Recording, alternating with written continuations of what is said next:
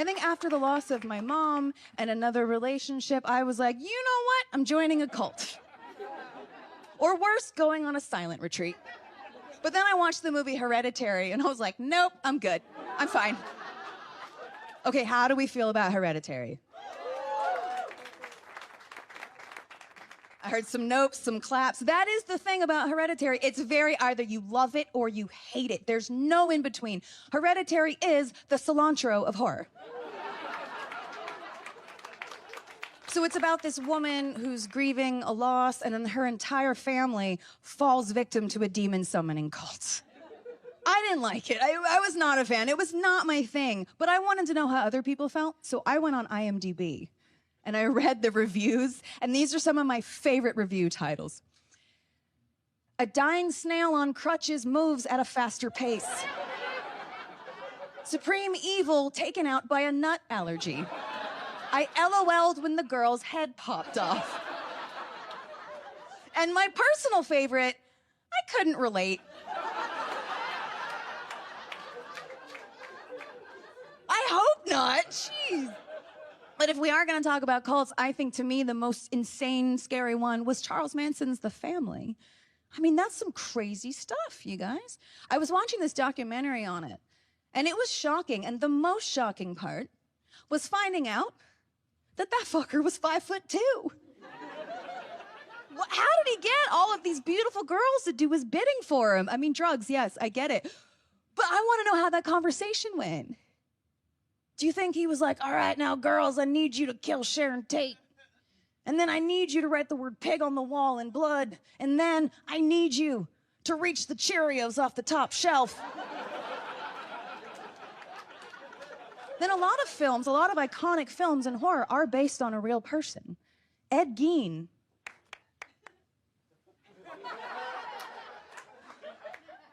White woman, makes sense. Ed Gein is the inspiration for the Texas Chainsaw Massacre, Psycho, and Silence of the Lambs. So here's what happened. The cops raided his farm in the 50s. They said, Mr. Gein, we need to know where all your victims are. He said, okay, not a problem. Just get me a piece of apple pie with cheddar cheese on it, and I'll tell you everything.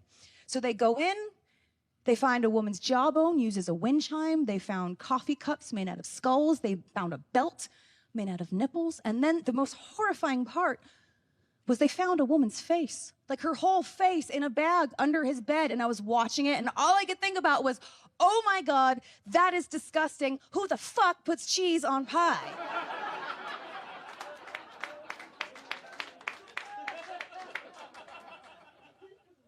I just saw the documentary on the Cecil Hotel in downtown Los Angeles. It's a real place that inspired American Horror Stories Hotel. Really dark history. I mean, Richard Ramirez stayed there, lots of suicide, really dark, tragic stuff. But I think the saddest story was Elisa Lam, this young student who stayed there, and then she went missing, and almost a month later, they found her body in the water tank on the roof, supplying water for the entire building. And in the documentary, they interviewed this young Dutch couple, and the woman was like, yes, we drank the water for 8 days. Yes, when I realized what that meant, I became physically ill, that they were drinking LA tap water.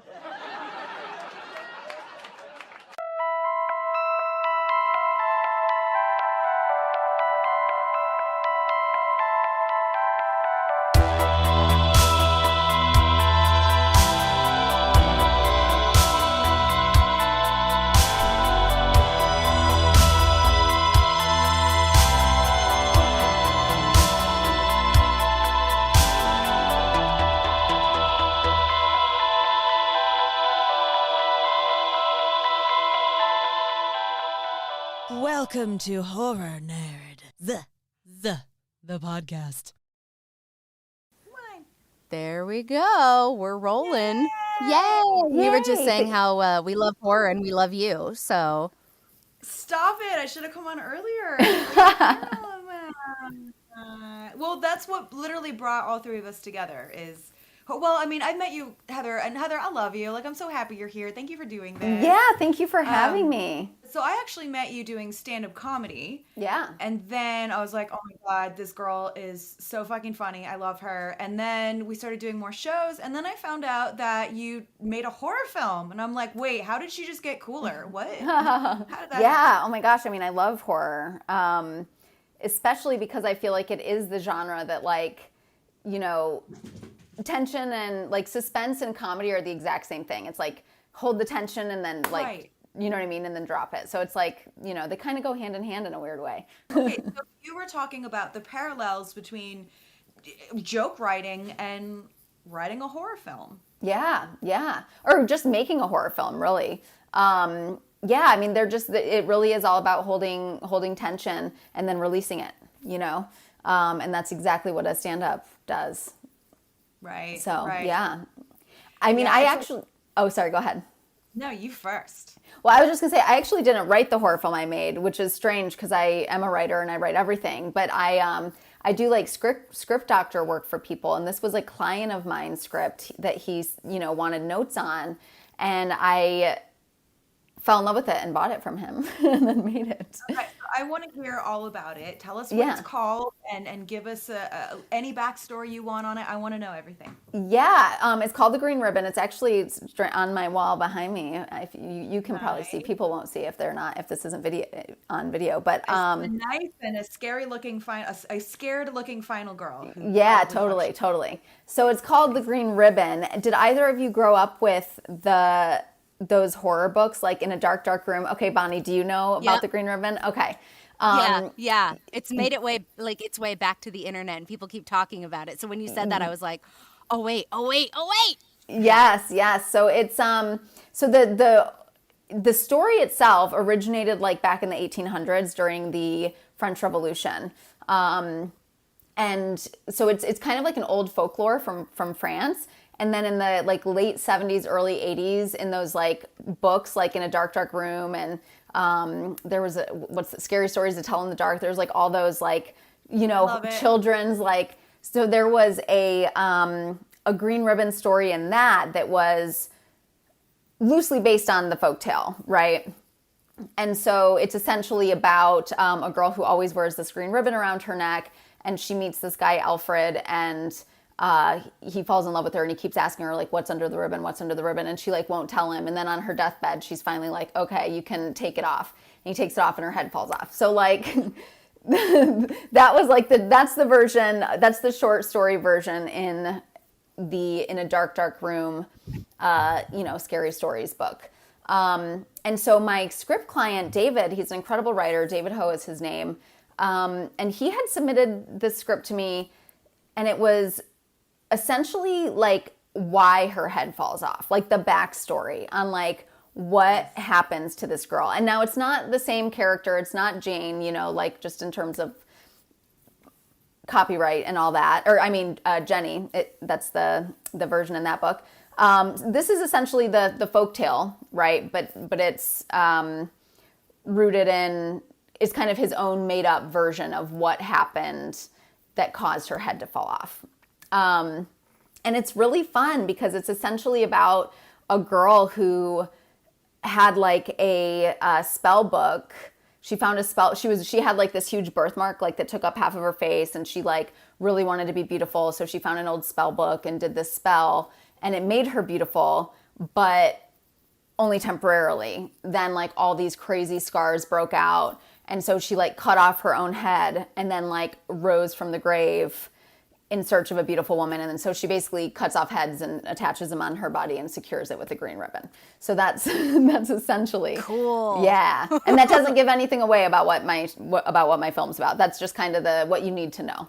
That's so cool. I love that. I mean, now that I'm thinking about it, I wonder if, the film Orphan, she was amazing in that. I'm wondering if that was a little bit of like a nod to that with the ribbon, right? Did she have a ribbon on her neck? Yeah. I think she does, that she would get really, I think it was hiding scars. Okay. But yeah, that's pretty, I didn't tie that together. See what I did there? Tie, ribbon. Okay. No, but that's just, I love it when you see little like nods to different stories. Oh yeah. And especially in horror, Yeah. Yeah. I think a great example of like I thought was an ode to a film. I just saw recently the film Dangerous Animals, which I'm obsessed with it. I love it. You think, oh, it's a shark movie. No, it's not. It's so much more than a shark movie. It's so good.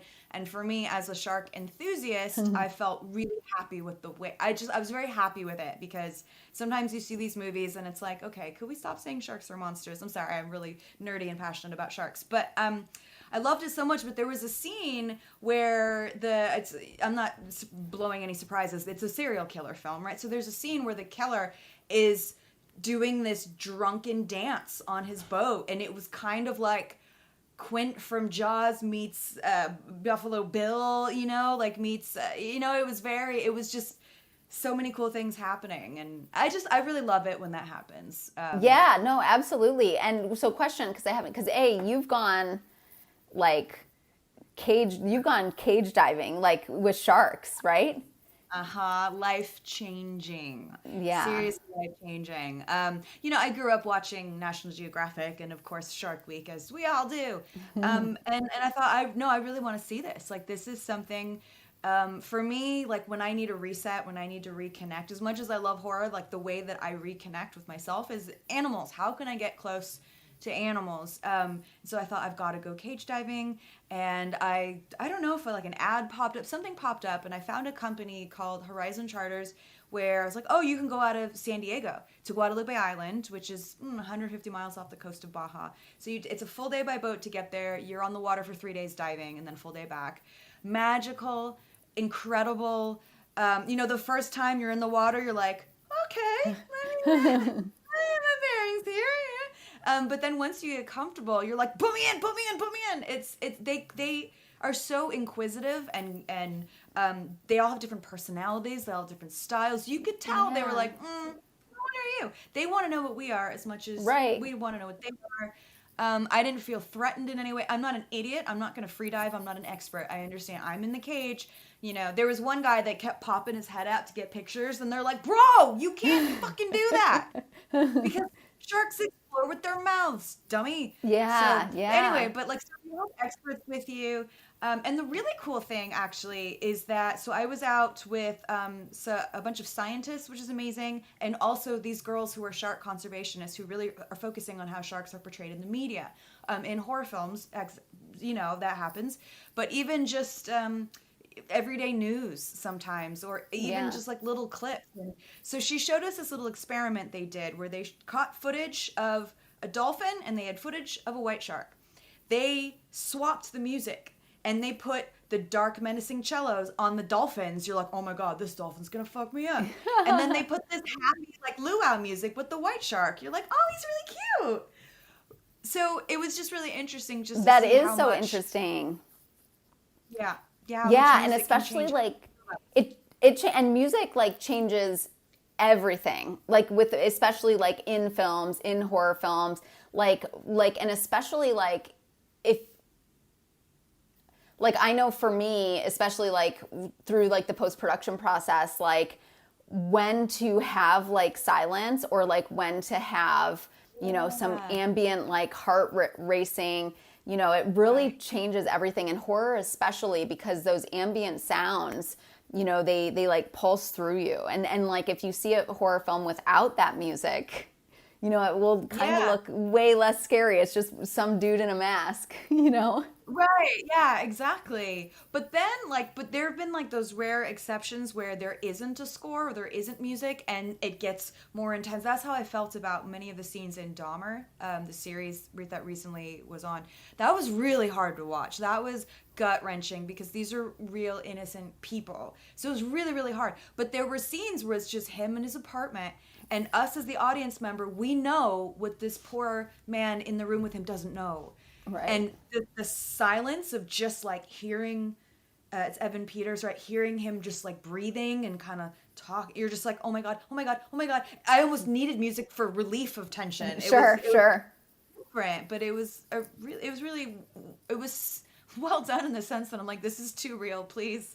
Oh my God. It was Yeah, I like the fictional scaries more than the real life scaries. Now, if it's, a horror movie that's like The Conjuring based on a true story, I'm into that. But the serial killers that aren't Michael Myers or, obviously, or the good ones, that's less interesting to me. Like, I don't fall asleep listening to true crime documentaries. I can't do that. For real, yeah. Like Yeah. same, like it's so funny to me when people aren't like fans of horror, like where they're like, oh, like I can't do it, I can't watch that stuff. I'm like, really? I'm like, for me, it's such like it's so like it is this kind of release. It is this kind of letting go because reality is scary as fuck. You know what I mean? Like, and, Yeah. like, these movies are not like, or they are, but like it's almost like it's such a departure from like the life that we live. Right. One of my favorite moments doing the live show during the live Horror Nerd show was I had Robbie Hoffman on. If you guys know Robbie. Yeah, I love Robbie. Is so extremely funny and is on fire right now, doing so well. And so Robbie's not like a huge horror fan, but it's Robbie. I'm like, dude, you can get on the stage and just sit there and I will love you anyway. I fucking love Robbie Hoffman. So goes on stage and opens with, I don't really watch this shit. I find life to be scary enough. And it was just so funny the way it was said. I'm like, yeah, true. I mean, especially right now with what's happening in the world, horror films seem like a relief. They are. Yeah, like let's watch some pretend, stuff about serious torture rather than watching the news about real stuff. And now a word from our sponsors. Miss Van Tassel, might I ask, what is that fragrance? It's otherworldly. It's the Horseman's Curse collection from the Magic Oil Box. I'm wearing rose, ylang ylang, and sandalwood for intuition and protection beneath the veil. Let's call it Katrina's Charm. Clever. There's also a Hollywood's room spray with a scent of rain and earth to keep you grounded when spirits stir. What is this Hessian's Fury? A hand sanitizer forged in fire for courage. Should you ever meet the horseman himself? I should certainly hope not. Visit themagicoilbox.com and use code SlayNerds15 to save on your order before it's too late. But what made you choose that story? What made I you mean- fall in love with it? Like, I want to direct this one. So, A, because I did grow up with that short story version, and B, like it was so campy and funny, right? And so with like a background in comedy, like such great lines. Like, when the girl, when the hero, like when the final girl is like facing off with the killer, she's kind of like, I need your head. So do I, it's just like this, like, there's just like little like moments and it's funny. And so the humor for sure and the campy aspect, like I knew it would just be a really fun world to bring to life. And then it was also ultimately about worth, ultimately like about a girl's desire to feel worthy of, whatever it is that in this particular case, she was always pretty, but she had gotten broken up with by her boyfriend when they went to college. So she's like, oh, I'm not the prettiest girl at school anymore, so she thinks she needs to go get this spell book to be as well as, the girl that the folklore is about. Also just like I'm always drawn to those stories. I'm always fascinated like in regards to like what it is that people feel like what is it that people think that they need in order to be worthy of love, right? Whether it's like fame, whether it's love, like a boyfriend, whether it's money, whether it's career success, like whatever it is, there's always something, whether it's looks. And so it was just like a fun little story about something deeper. And like, I mean, I'm really a big fan of like lately with horror, how they've been so elevated and they've been deeper stories, like it's so much, it goes beyond just like, for instance, Halloween. What did you two feel about the new Halloween series, like the updated, the Danny McBride? I I loved it. Yeah. Actually, Loved 'em. I'm gonna go out on a limb, and a lot of people will not agree with me, but I love ends. I loved Halloween. Yes. Ends Yeah. because This is why we're friends. this is why we're friends, because for so many reasons. I was looking at it like, yes, let's dive into the psychological aftermath of what Lori, this has been her entire life. Yeah. This is going to affect her. This is going to affect her relationships. This is going to affect her ability to trust, to have a partner, to have a connection with her family, because there's probably so much guilt there of everyone I love gets killed. I can't be close to them, but I have to protect them. And Allison, her granddaughter, finally was like, okay, you actually you're not crazy. Like, we should have believed you. There's almost a believe women kind of an for sure. element. Oh, for sure there is. Yeah. I love the element of someone with a lot of trauma looking for love and trying to connect and feeling like, here's this outsider, I want to connect with him. And so that was like extra tragic that he wound up being who he was in that film. Well, so that was an It interesting. was so well done.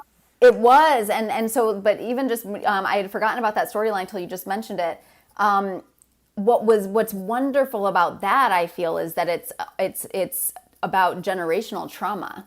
She was attracted to the bad man, Right. Yeah, and so there's the depth that they went to with Michael Myers and with this saga is so excellent in that. Yes, it deals with generational trauma. It deals with trauma in general.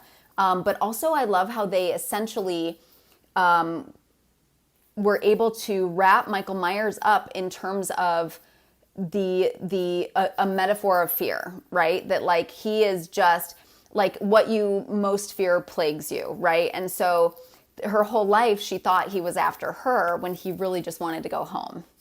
And so like her fear and everyone else's fear made it more real. Made it happen again, made it, get bigger and bigger. And so, I like loved those. Like ever since, Barbarian was one of my favorites over the past few years. So good. So good. And so we get to have these like deeper stories within horror, which is so refreshing, so nice. Yeah, and kind of the crazy thing about living in Los Angeles sometimes is, Barbarian had just come out. I remember I'm talking to my buddy Rocky, who works at the Improv. We're sitting there in the hall. We were like, oh my God, did you see Barbarian? We're just so excited to have a good film, and we're like, just, oh my gosh. And then out of nowhere, the lead actress walks right by us. We're like, wait, what? Like, it was just so hilarious. It was so surreal. Yeah, and she's this beautiful woman. I'm like, how are you not going to notice her? But then I was like, no, I think I'm looking at her because that's the actor from Barbarian. It was funny. I didn't get weird. I didn't bother her, but I was like, what? But just, it was strange that you're like talking about her and then she appears. You summoned her. Totally. Sometime. Well, like the other day I was texting someone and I asked him a question. He's like, oh my God, are you Beetlejuice? So I can't say your name 2 more times because we just said your name. Like, that's what we call intermittently psychic. Like you get an instinct to text somebody and you text them, they're like, I was just looking at something you gave me. And I say, I know, intermittently psychic, not when it counts. Maybe, right. But, for other things. I was just having this fucking conversation 5 minutes before we hopped on. I swear to God. See? Intermittently psychic. Yes. Okay, so Heather, I have a weird question for you that I've always wanted to ask you. Can you watch Hostel 2? I just watched it for the first time last summer. Okay, tell our amazing audience, listeners, viewers, why I'm asking you that question. Well, because my wife is in it and she gets killed in it, and it's like a really classic, iconic death scene. So when we first met,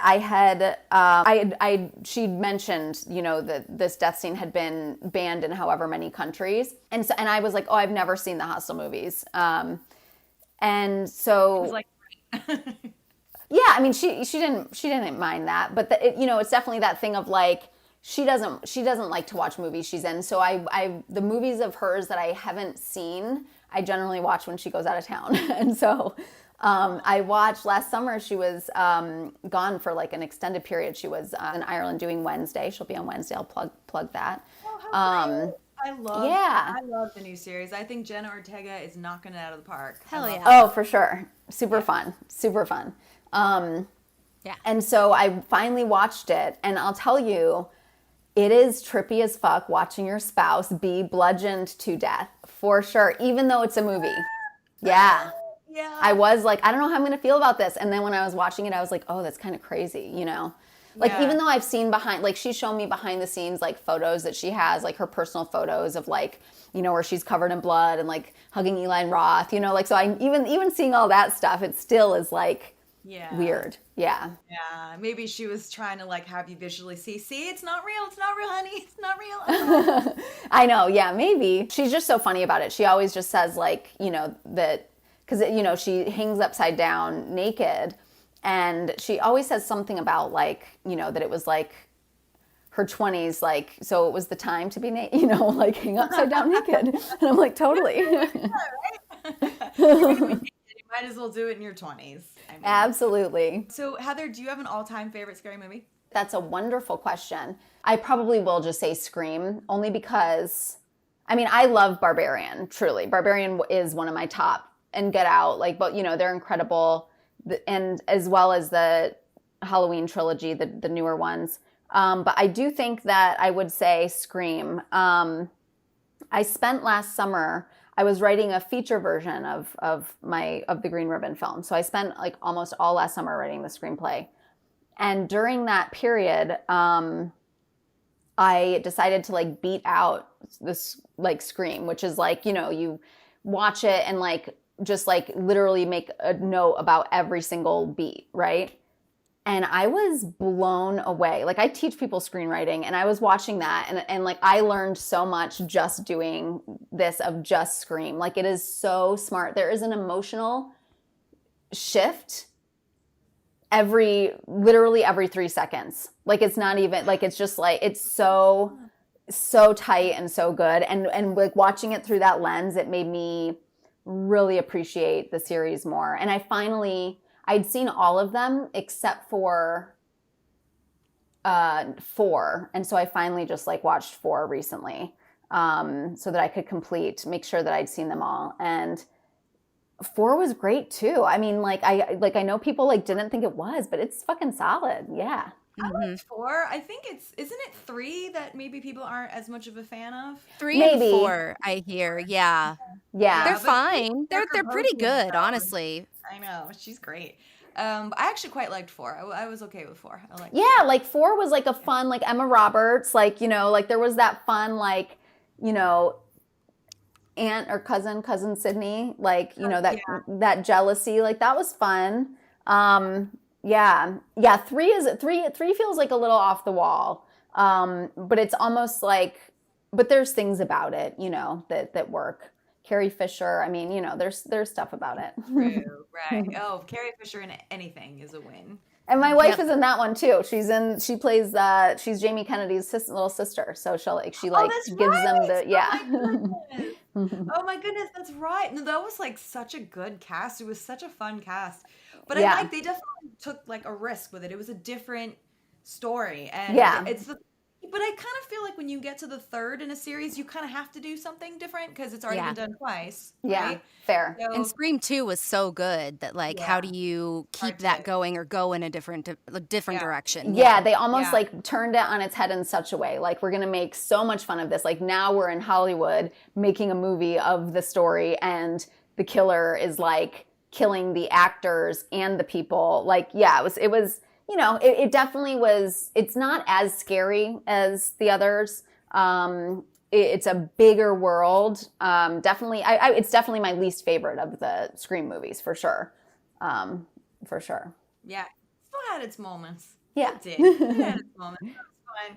And the funny thing is, it's such like a small world sometimes. So now I've been touring a bit with Craig Shoemaker, Oh, cool. who played the professor in part 2. So I was like, you got to be in a scene with Sarah Michelle Gellar? That's so cool. That is so Living my cool. dream. Yeah. What are your I know- what's your favorite scary movie? Oh, yay, Billy Stew. Well, actually, I did think of what I wanted to ask you. Okay. I thought that's really cool to know that you broke it down into beats and like emotional transitions.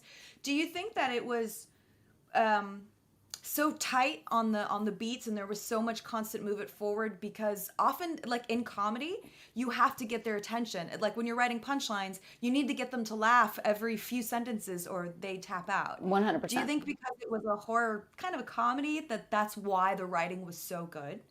Yeah, I mean, I think that I do think that that's why. And it also just I mean, the thing about, I mean, Scream is those characters are all so big. I mean, it's just it's you know what I mean? Each, it's just, I mean, it's really fucking good. Yeah. The cat just jumped on my back. She gave me a jump scare. Oh my God. She did, yes. Right now? Lily! She's got great timing. She really does. She wants to tell us her favorite Lillian. scary movie. Yeah. Lily, what would your favorite scary movie? I mean, obviously she's a fan of the Munsters because that is her namesake, Lily Munster. Oh my goodness. There she goes. That was good. She was like, I'll show you a jump scare. Yeah. I know. I'm Yeah, sorry. You were saying. No, you're perfect. You're perfect. But you actually, that gave me a moment to better reflect on what you had asked. I feel that that is the thing with Scream, is that because it's making fun of horror movies while it's a horror movie, I feel like there's two, things happening in every given moment. And so it'll be intense, joke, intense, joke. And you know what I mean? It just kind of and it's really fucking it's really good, you know? Tension release. Yeah. And and I will always watch and I watch so specifically with scripts and with films, I pause it to see at what time within the movie certain things happen. And I mean, the theme is usually supposed to be stated around minute 5. I kid you not. It's 4 minutes and 40 something seconds in. He says to Casey Becker on the phone, either he asks what's her favorite movie at that moment, but I think he actually asked her before that. He asked her before that. He corrects her. Yes. She gets it. I'm trying to remember what it was. It's something about that. Or he screams. I wrote it down. So I'm going to be looking it up actually, where I'm Good, because I feel like I know exactly what you're talking about, but I don't remember. Yeah. There were so many good lines in that opening scene. Yes. And we also love that it was kind of bringing back an element of Psycho, where you get attached to the star of the movie, and then Absolutely. What? When did they get killed? Huh? That's why it was so great. Yes. Yeah. It was 424 or 446. So 424, he says, to see what your insides look like. Right.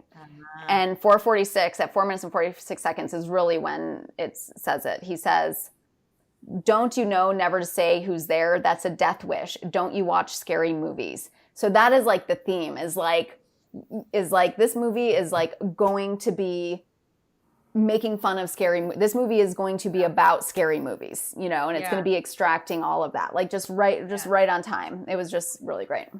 Right. Because I think as horror viewers, we know that there are rules to horror. There are the kind of typical patterns that we look for. Okay. But do we only know that because of the movie Scream? That's what I was just about to say. It was never spelled out for us in such a way, and that is what makes Jamie Kennedy's character so brilliant. That's why we love Randy so much, because we're like, yeah, dude, break it down. You're right. Yeah. I mean, and they tell us every fucking, when they're Randy says it, that Billy's the killer. He's got killer written all over him. He says it in the video rental store. And and then Billy says, yeah, I'm he said, they say it so many times. When you're really tracking it, you're fuck, man, this is so wow, good. Yeah. They just punched us in the face with that. We still didn't believe it. I know. Yeah. I definitely suspected him more the first time watching it, because it's something about him is just not, it's not there. But Stu was the surprise for me. For sure. Yeah, well, that so was a great reveal. Although I will say, what's interesting is that when they're all outside talking about the kills at first outside the school, right? We do find out that Stu used to date Casey Becker until she dumped him. So there are these little seeds that were planted. But the thing about Stu is that he was so insensitive. If you really watch, he was so insensitive, which is ultimately why he's doing it, right? Because he's very much just like, you know, he would just wants to be, he's just kind of psychotic. Whereas Billy had like a trauma with his dad and Sydney's mom. And so he wanted revenge in a way. But yeah, no, it really is so great when he spells it out, and they tell us everything. But Bonnie, so when you first saw it though, when Billy like gets killed, like, did you believe it? For a second, I was a 6th grade girl. Yeah. I was like, oh my God, this is crazy. We rented it from the video store. Yeah, because it was a great fake out. Like, my parents let me pretty much watch almost anything growing up, including horror movies, but then I would get scared. Like, there were episodes of The X-Files that absolutely scared the crap out of me. I know it's not a horror movie, but like there were some episodes that even still give me the heebie-jeebies. But yeah, so we rented it from the video store and we were watching it, and I was like, my parents are cool, like letting me watch this and have a sleepover. This is great. But when they show him get stabbed, you're like, well, then it can't be him. But like, it's such a good, it's just so smart, and it's such a good gateway film into horror. Like, my fiance did not like horror when we started dating, and I was like, oh buddy, like if you want to just give it a try. And that was his gateway, and now he's getting more into it. But he loves the Scream movies because they're so smart, and they are they have smart. the elements of humor that you two were talking about. They're so good. They are so great. Yeah. You haven't convinced what? Yeah, I think my boyfriend Isaac, he's so sweet and lovely and watches all these movies, and it seems like there have just been a ton of horror films that have come out into the theaters, so he's been very graciously going with me, you know, and I try to be like, okay, I need to watch one of his movies, I need to watch my girlfriend. But what are his movies? British television. What are his movies he though? Likes, like his a horror film that he likes is The Lighthouse, if you've seen that. Okay. Very artistic, weird, avant-garde. Okay. Loves that film. But yeah, no, he's really about like people and relationships and kind of that quirky humor. Did you see the original? Did you see the original Speak No Evil, the Danish version? No, I didn't. He would probably like that, and you would probably like that. So I'm going to throw that out as a recommendation.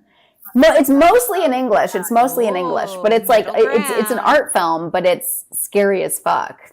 Yeah, he would like that. He's into that. He likes depth. You know, there's a lot of depth to him.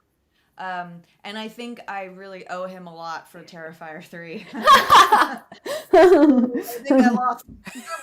Oh boy! boy! He was like, "Fuck you, I'm done." But like, I don't blame him. That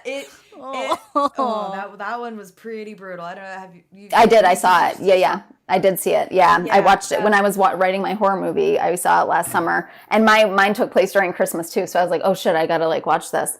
Yeah. But yeah. It was very, very, yeah. But I mean, those movies are so well made and for low budget. So I'm like so impressed with the Terrifier franchise. Yeah. And we're like mega fans of David Howard Thornton. Yeah. As a human being, even, he's just so great. He's so good. Yeah. So I was like, I'm watching it for him, and I'm watching it because go for it. We love it. But ooh, buddy, that scene with the rat and the throat. Yeah, that was gnarly. That was gnarly. I'm like, why did we need this? Yeah. Yeah. I almost kind of cringed more at the sidekick, the new female demon. She really creeped me out. Yeah. Like that. I almost was like, just go back to Art the Clown. Sure. Yeah. 100%. 100%. At least he smiles. He's fun. And so you're talking, A silly guy. Yeah. But they did bring in like somebody else. And I think that is because the first one was just a short film collection. Yeah. And so really the number 2 is like the first real like Terrifier movie. But yeah, they brought in somebody else in Terrifier 3, which was so interesting. And they're well done. But so that made me want to ask you both, what do you think is the scariest like horror movie? Oh, because I actually I have a real first. As you're thinking of that, I'm gonna bookmark what my actual favorite scary movie is. And Scream very much impresses me, but I actually do have one, and I just remember, and I'm like, duh. Anyway, sorry, but I want to hear, what do you guys think is the most like scary, truly? It's so hard because I think I don't want to say desensitized, but I'm just such a fan of the genre that I'm like, ooh, that was cool, as opposed to, oh, I'm scared. You know, like they hate me in the haunts, like Halloween Horror Nights, they hate me. These guys will try anything and everything, and I'm always like, huh, cool, dude. Nah, dude, you look great. They hate me. Like, Yeah. I literally had a dead clown follow me down an alleyway. She kept trying to get me, and I kept politely acknowledging her, like, hey, girl, I see you. Like, go get a teenager. Like, I'm cool. And she kept doing, at one point, she came up and blew on my neck, and I said, great blowjob. Thanks, clown. And she said, oh my God, blowjob? Really? Broke character, and it was funny. That is so funny. I can share a couple times. I mean, first of all, my first scary movie ever was It. I was 8. That actually traumatized me. 100%. But I was 8. Yeah. I can watch it now and still appreciate how absolutely terrifying Tim Curry is as Pennywise. 100%. Yeah. And even just the new It movies, like that clown hiding in a fucking storm drain is like terrifying. Sorry. Yeah. 100%, because now we all look at the storm drain when we walk by. If I see a little paper boat going by a drain, I am not going near that storm drain. And I'm an adult that knows that that's not a real monster. But I remember being, I think, like 18 when the Texas Chainsaw with Jessica Biel came out. We saw it, me and my friend Michelle, and it was just the two of us in the theater, like 10 o'clock at night. And that was pretty scary. I remember being at home in the dark when I got home and being like looking over my shoulder, Totally. But I was 18. Also, but I would say what was really extremely creepy was with Michelle. Again, we were up in Berkeley, I think. She was going to Berkeley at the time. And we went to this old, beautiful theater. And we sat in the balcony, and I'm talking like old velvet seat. It looked haunted itself. Yeah. I don't think anyone else was in. It was like, again, a late screening. It was probably just the two of us in the balcony, and we saw The Exorcism of Emily Rose. And like weird noises we would hear in the lobby. It was just all of our senses were heightened, and it was magically scary. Absolutely. That's Absolutely. a good one too. I think I'm going to piggyback off of that, and with my answer. I'm not a big fan of a lot of the torture porn stuff, and like the stuff for me, it's not scary as much as it is disturbing. With like a lot of some of these films, I think go beyond horror and just try to go for shock and awe. And there's a lot of like assault on women, and I'm like, that's not scary. That I don't know why that's necessary for this film. Is it just going for that? But that's, I think, a different conversation. So that doesn't really count to me when you see like the comment sections in these videos that are like, what's the scariest movie? And people name some of these where like, that's the scary thing that happens.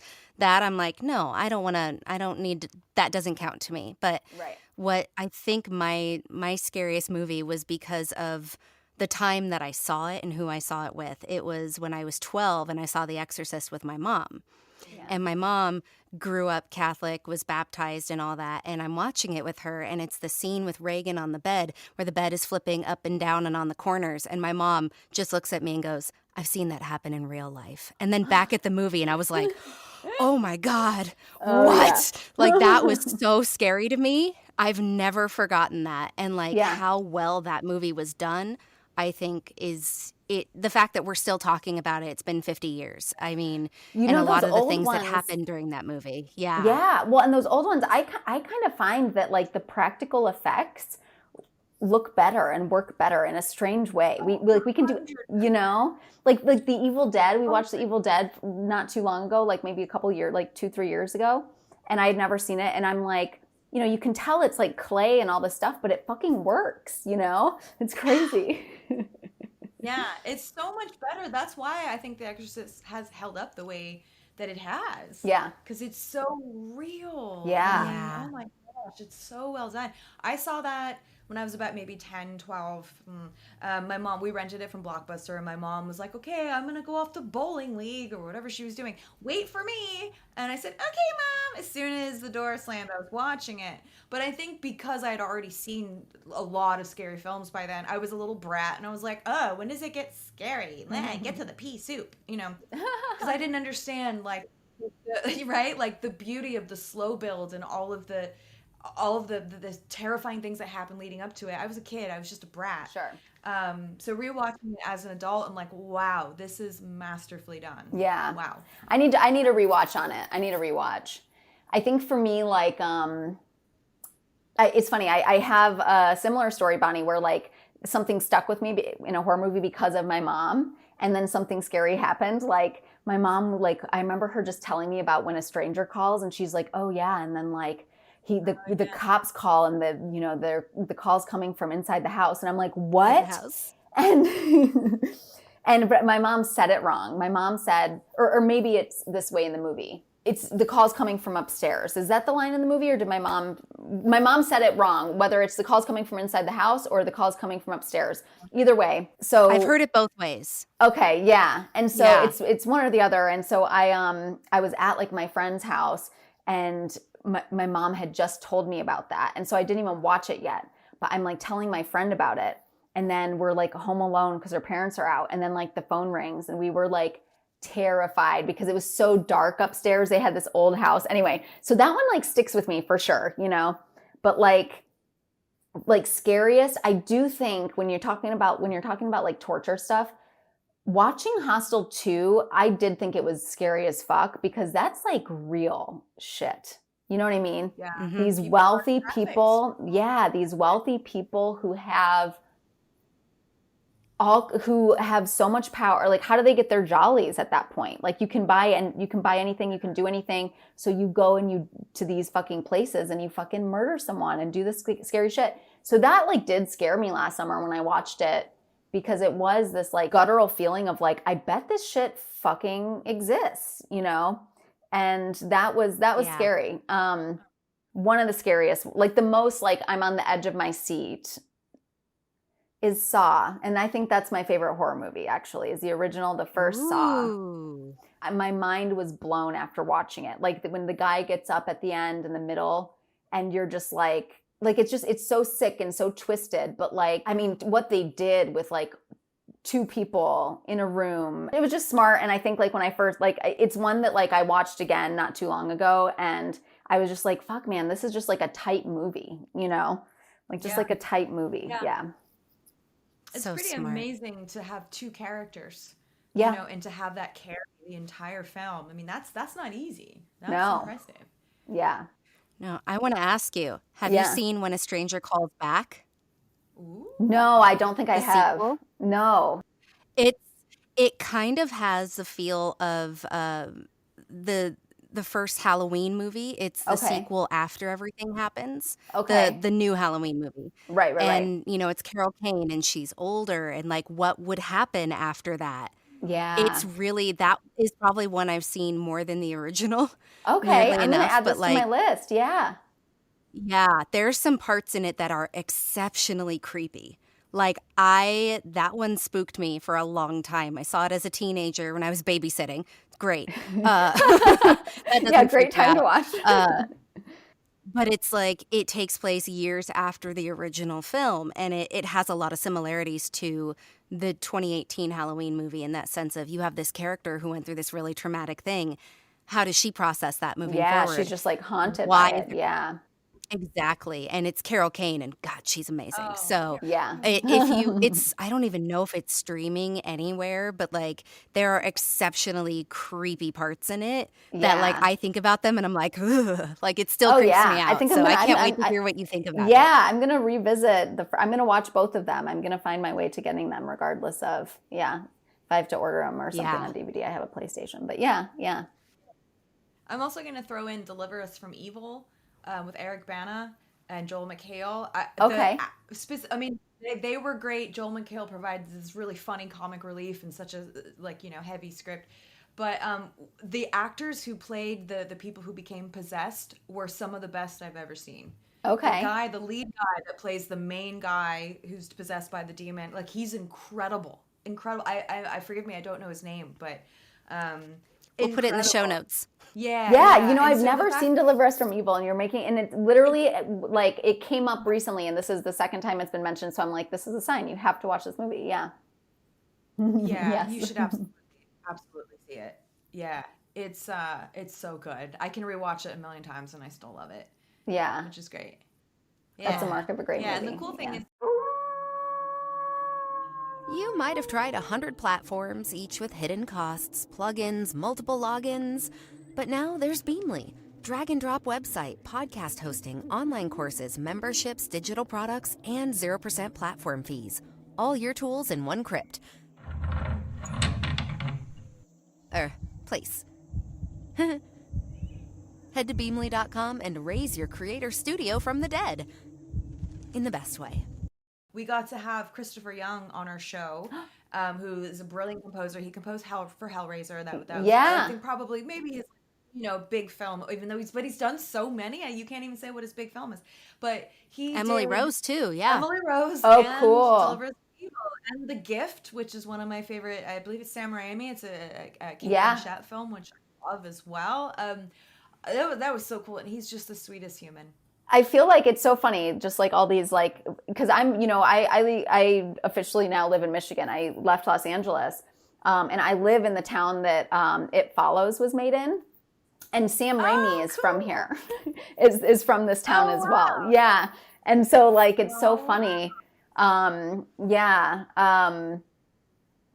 It Follows is really great too. But Sam Raimi, legend. And I feel like how it's so funny how we were talking about music and how it makes everything. And then you brought that up, like, because my mind immediately went to, like, scoring, like, doing the music for a horror movie is for sure, like, the most fun. Like, for sure, Yeah.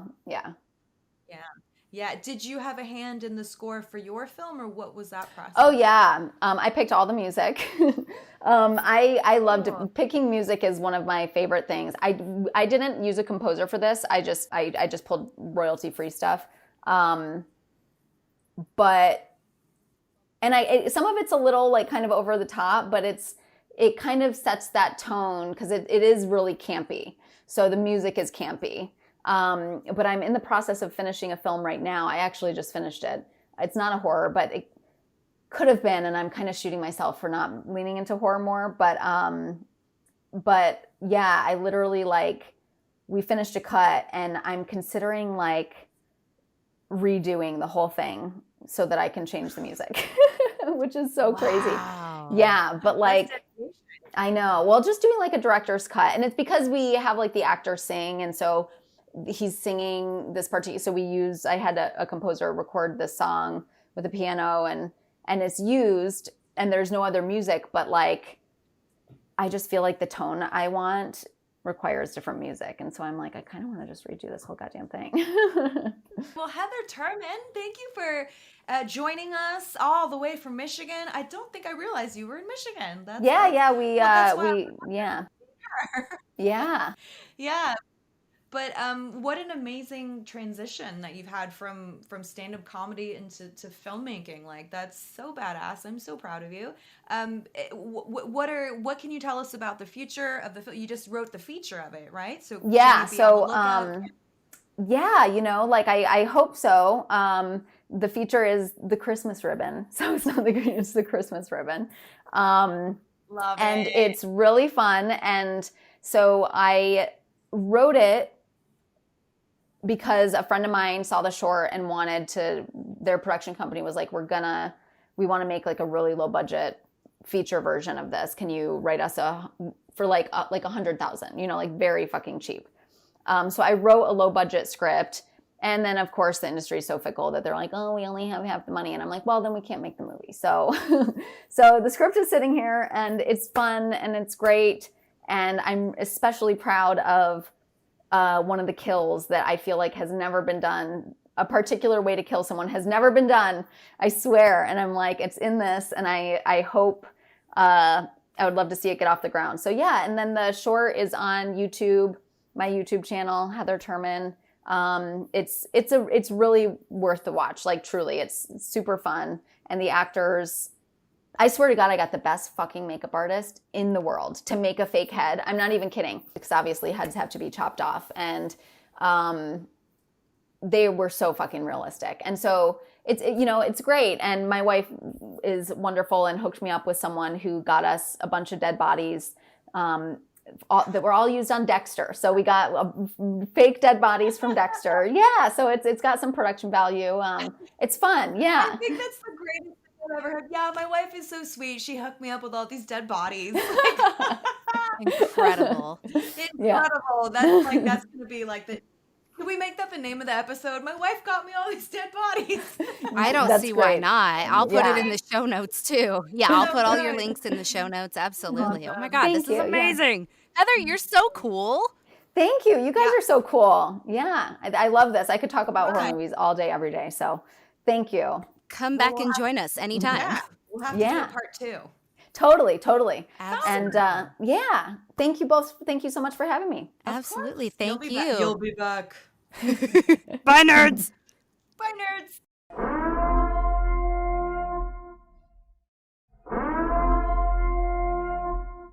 This is not a test. This is your emergency broadcast system announcing the conclusion of the Horror Nerds Comedy Podcast, sanctioned by Horror Nerds Productions. All authorized screams, laughter, and unhinged opinions of Class 4 have now been safely contained. During this broadcast, all tangents, puns, and unsolicited horror takes were permitted without consequence. Emergency podcast services will resume after this brief transmission. Blessed be our final girls and our Horror Nerds founders, a podcast reborn. May humor be with you all.